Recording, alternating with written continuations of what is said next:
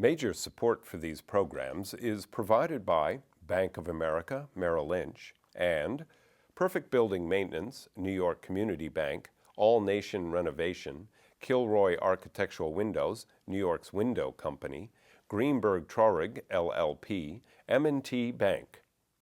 Additional support is provided by AVR Realty Company, LLC, Briarwood Organization, Capital One Bank, C.B. Richard Ellis, James Orphanides, Centurion Holdings, Cushman & Wakefield, Dimes Savings Bank of Williamsburg, Douglaston Development, DDG Partners, Eastern Consolidated, Hal Fettner, Durst Fettner Residential, Stephen Napolitano, First American Title Insurance Company, Friedman, LLP, Accountants and Advisors, Gemini Real Estate Advisors, LLC, Genova, Burns and Gian Tomasi, Grubb and Ellis, Investors Savings Bank, Jack Jaffa and Associates Real Estate Consultants, James D. Kuhn Real Estate Institute at Syracuse University, Madison Realty Capital, Massey Knackle Realty Services, Meridian Capital Group, Margolin Weiner and Evans, LLP,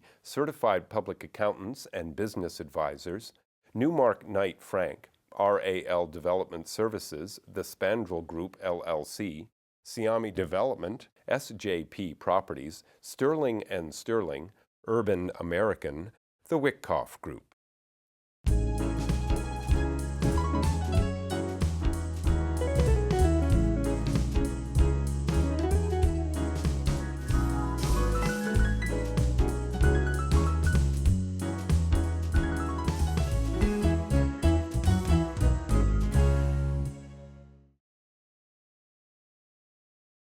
You know, New York City has some really unique individuals.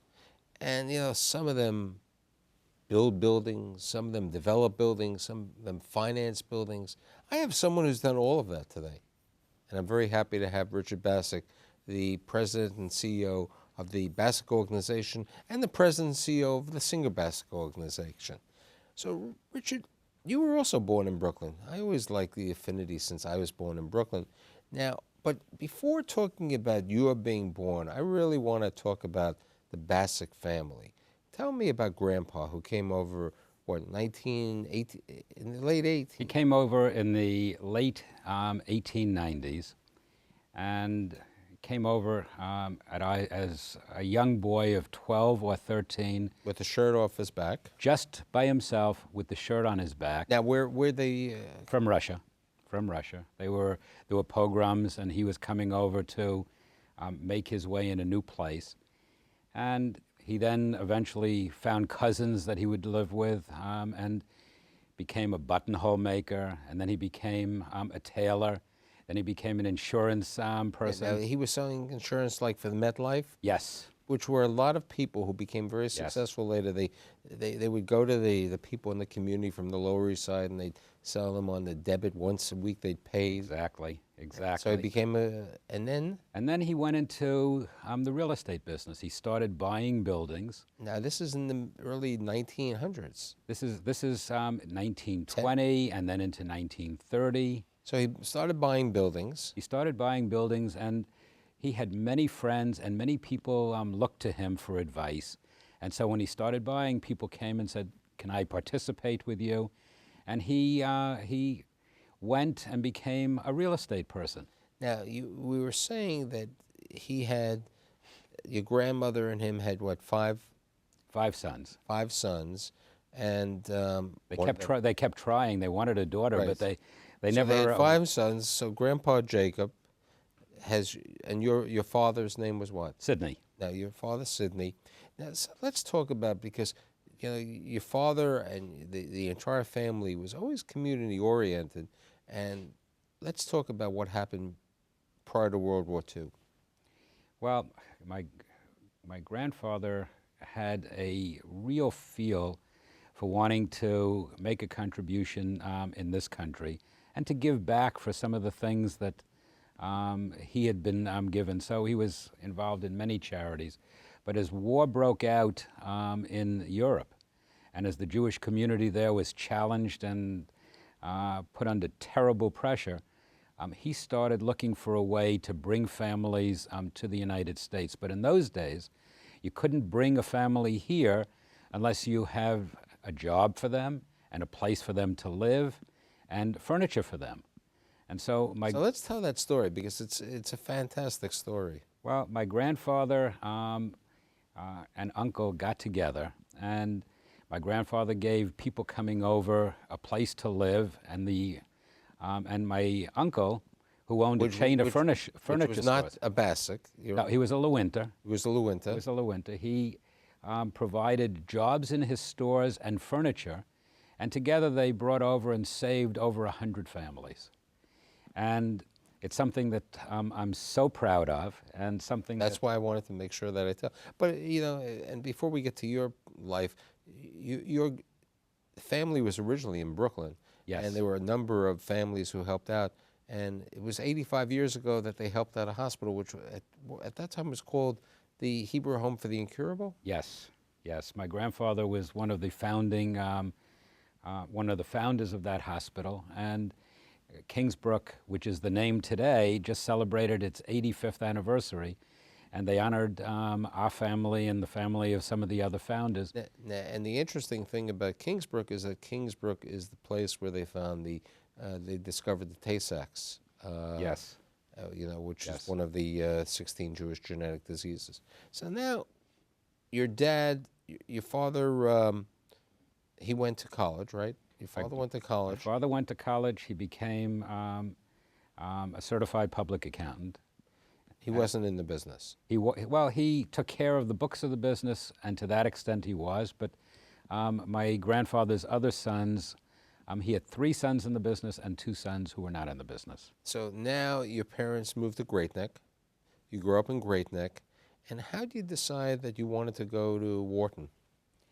I wanted to go to a business school. I applied to Wharton as a place where I could get a broad business education and also liberal arts education, because while I was at Wharton, I took many courses in the college, and in some semesters I had 8 courses, and I basically got a wonderful business education and also a wonderful liberal arts education. So here's Richard Bassuk, who, you know, could have gone into the family's apartment business and the real estate business, but you decide that you want to go to law school. How do you decide you want to become a lawyer?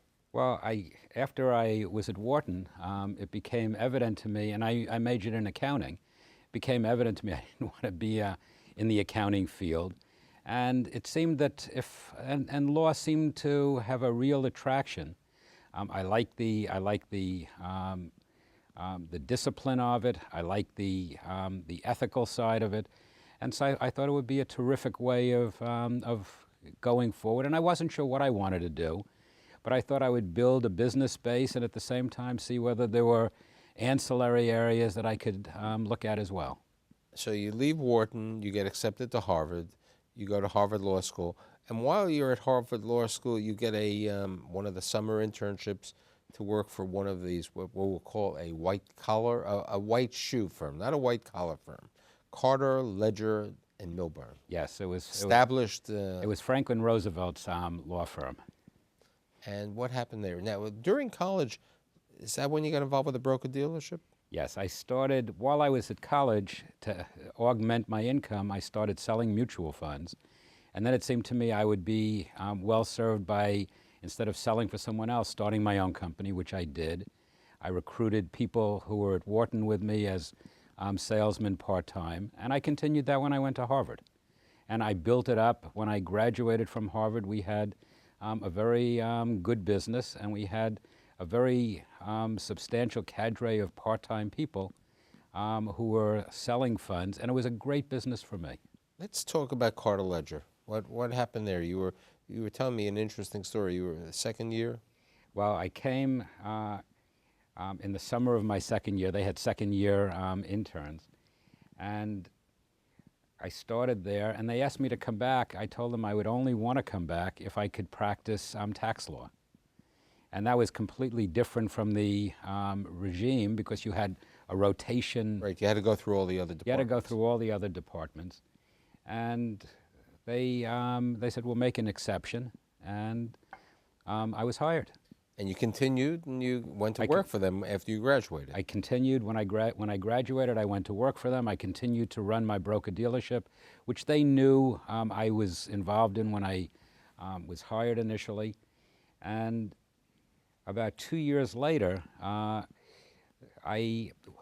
through my broker dealership, we were selling mutual funds of all the different companies, but we were one of the very largest sellers of the Oppenheimer Fund, which at that time was the #1 fund in the country.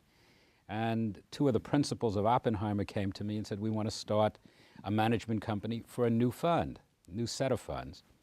And we'd like you to be a partner, but you have to sell your broker dealership and you have to give up the practice of law. And after thinking about it for between 5 seconds and 10 seconds, I said, I'll do it.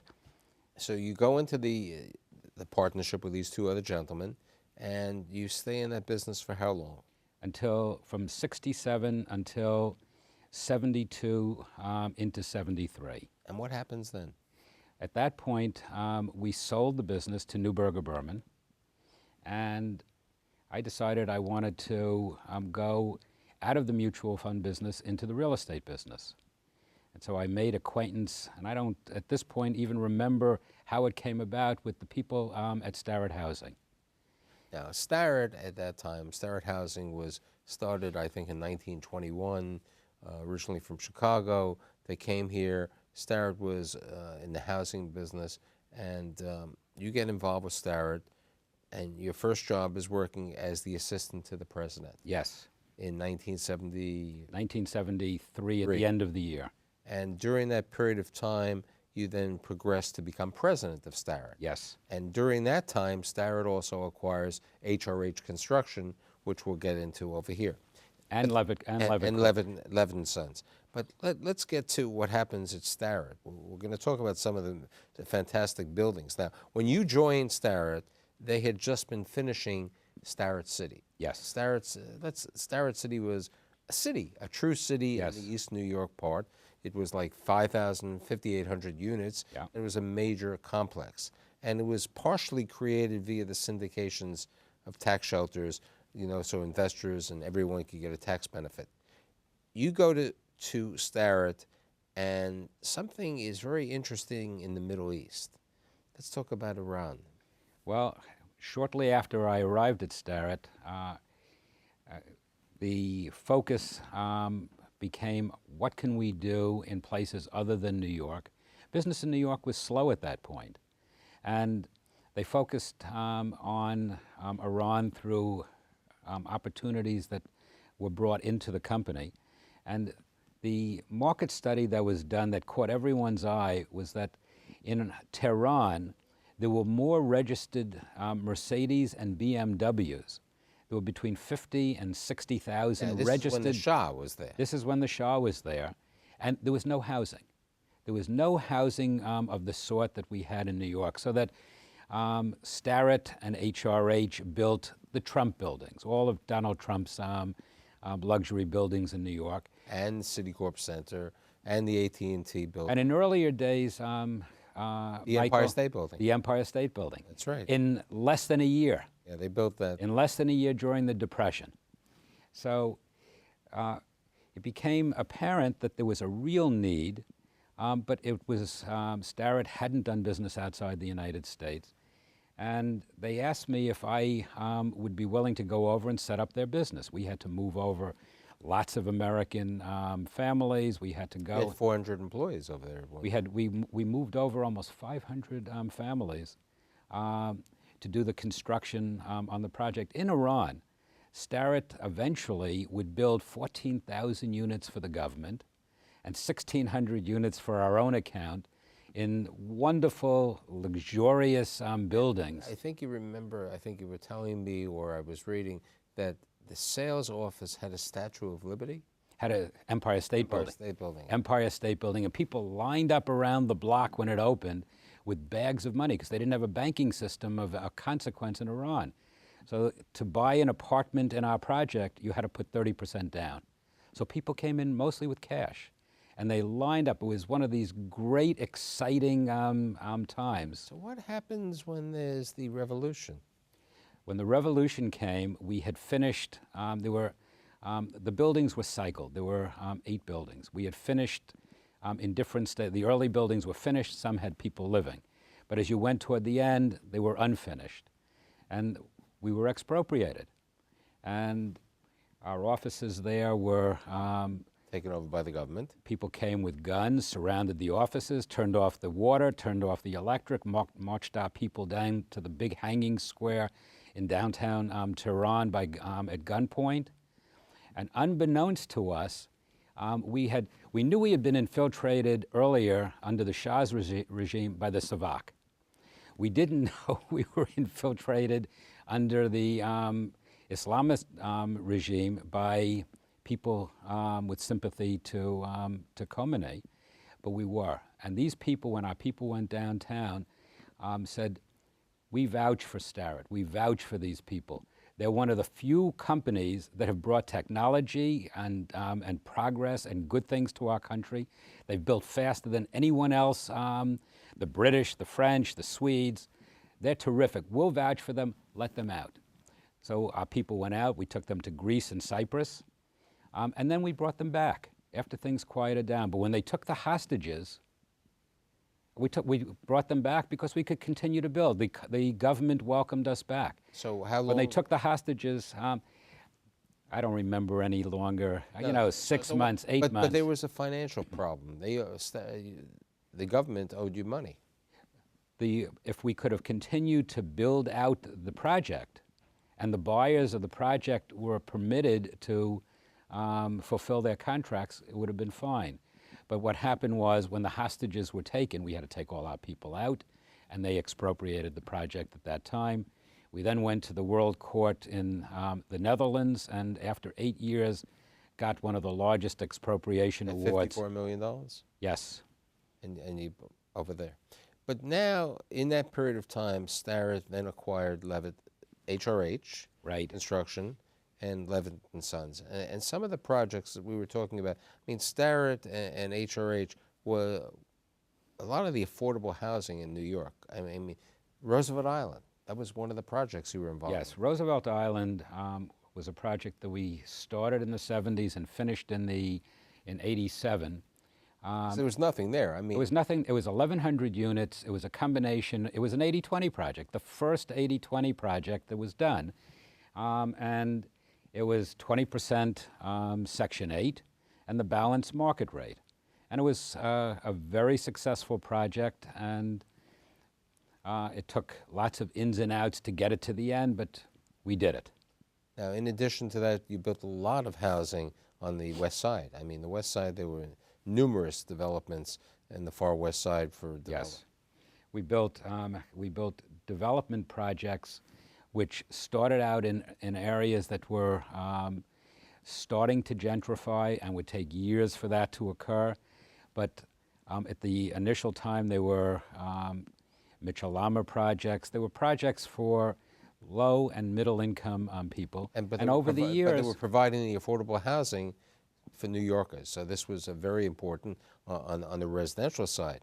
And on the commercial side, depending on which recession we were through, I mean, the AT&T building, Starrett got involved with the construction after there was a difficulty over there. The Citicorp Center was another development. The Javits Center, it was a Starrett construction job. I mean, we built many Rose of the Fair. we built many of the major office buildings in New York. We built many of the major residential projects in New York, and we were clearly in those years the largest builder.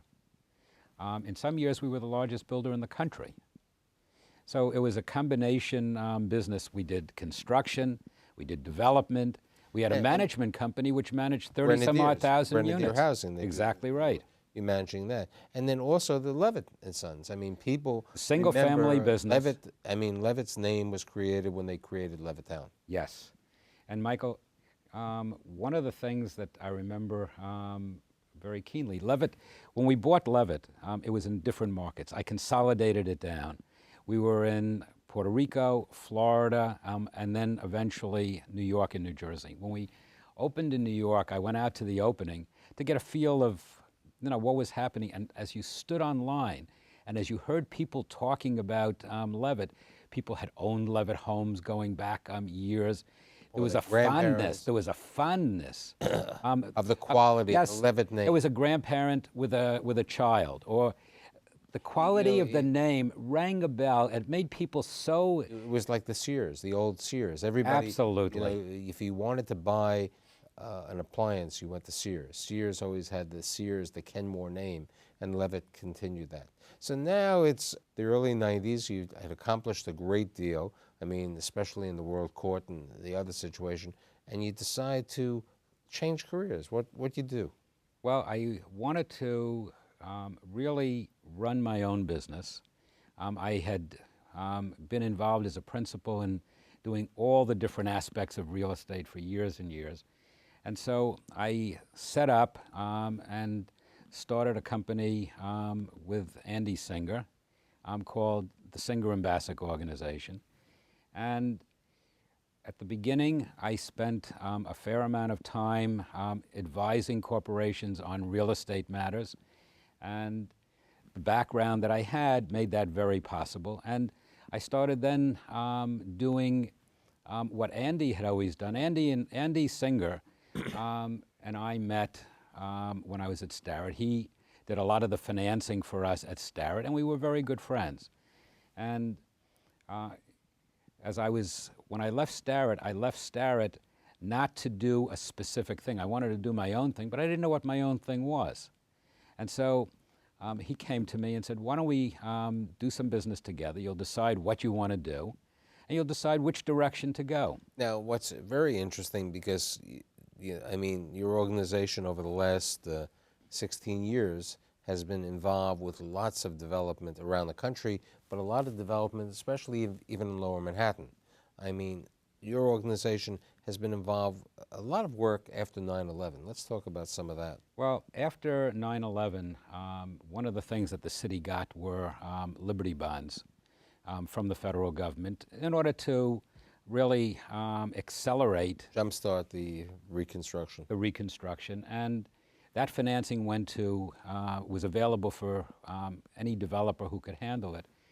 I, because of my background in 80-20, and I was very active in that, started doing the Liberty bond financing, and as it wound up, I probably did 60 or 70% of all the projects that utilized that, which was billions of dollars. Which provided major housing in Lower Manhattan, which has truly made Lower Manhattan more of a 24/7 city. It was a terrific enhancement, and something that felt so good to be able to do it, and so good to be able to get New York back to where it had been before that had happened, and then some.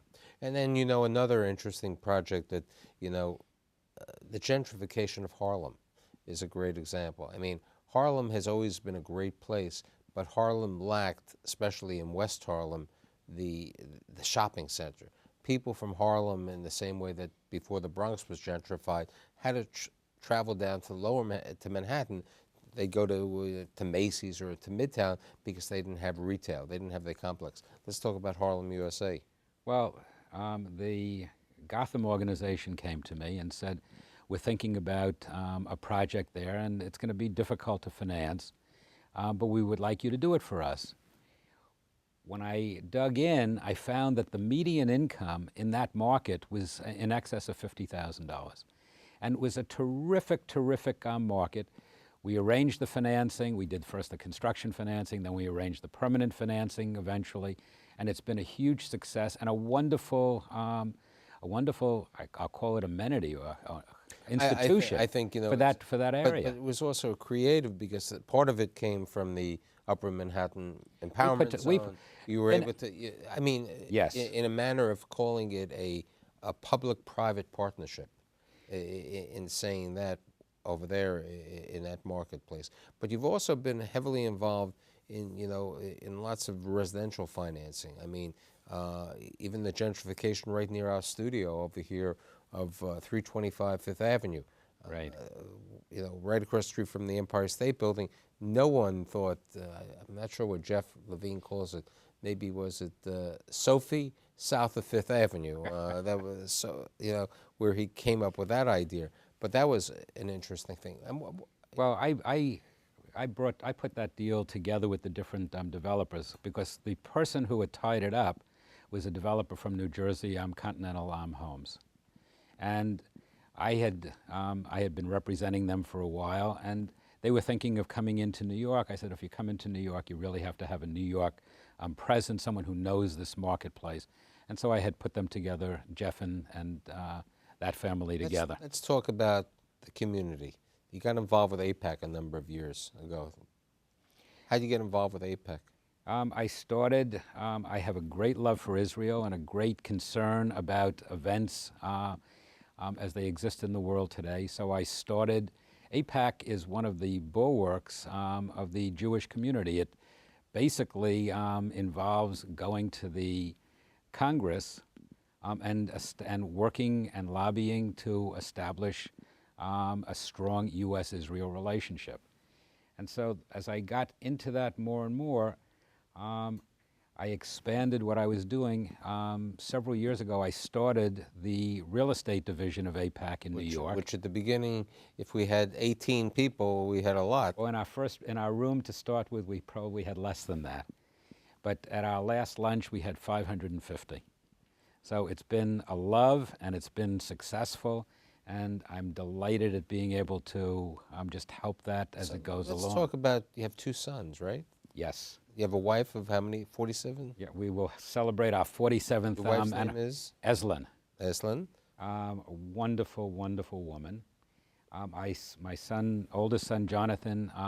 It's the California. No, that's New York. Oh, New York. He's an EMT, and In Westchester. in White Plains, a hugely dedicated person. And my youngest son, Matthew, is married to Brooke, and they have my granddaughter, who is going to have a first birthday in March. Which will be great. And another one on the way. And Matthew does what? He's in the financial service business. The financial service business. So, I think, Grandpa, who came over from Russia, gave some great family values, which you've continued. And I think the interesting situation is, with Starrett, HRH, and with Richard Bassuk by himself, you and the family and the Bassuk organization have helped the community and have truly been builders in New York, and thanks for being here today. Thank you, Michael.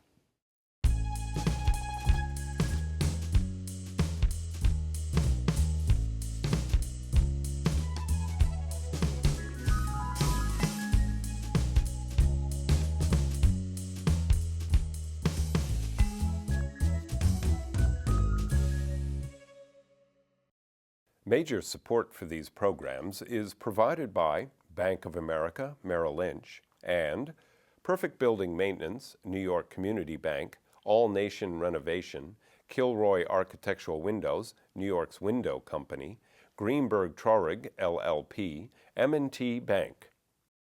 Additional support is provided by AVR Realty Company, LLC, Briarwood Organization, Capital One Bank, C.B. Richard Ellis, James Orphanides, Centurion Holdings, Cushman & Wakefield, Dimes Savings Bank of Williamsburg, Douglaston Development, DDG Partners, Eastern Consolidated, Hal Fettner, Durst Fettner Residential, Stephen Napolitano, First American Title Insurance Company, Friedman, LLP, Accountants and Advisors, Gemini Real Estate Advisors, LLC, Genova, Burns and Giantomasi, Grubb and Ellis, Investors Savings Bank, Jack Jaffa and Associates Real Estate Consultants, James D. Kuhn Real Estate Institute at Syracuse University, Madison Realty Capital, Massey Knackle Realty Services, Meridian Capital Group, Margolin Weiner and Evans, LLP, Certified Public Accountants and Business Advisors, Newmark Knight Frank, RAL Development Services, The Spandrel Group, LLC, Siami Development, SJP Properties, Sterling & Sterling, Urban American, The Wickoff Group.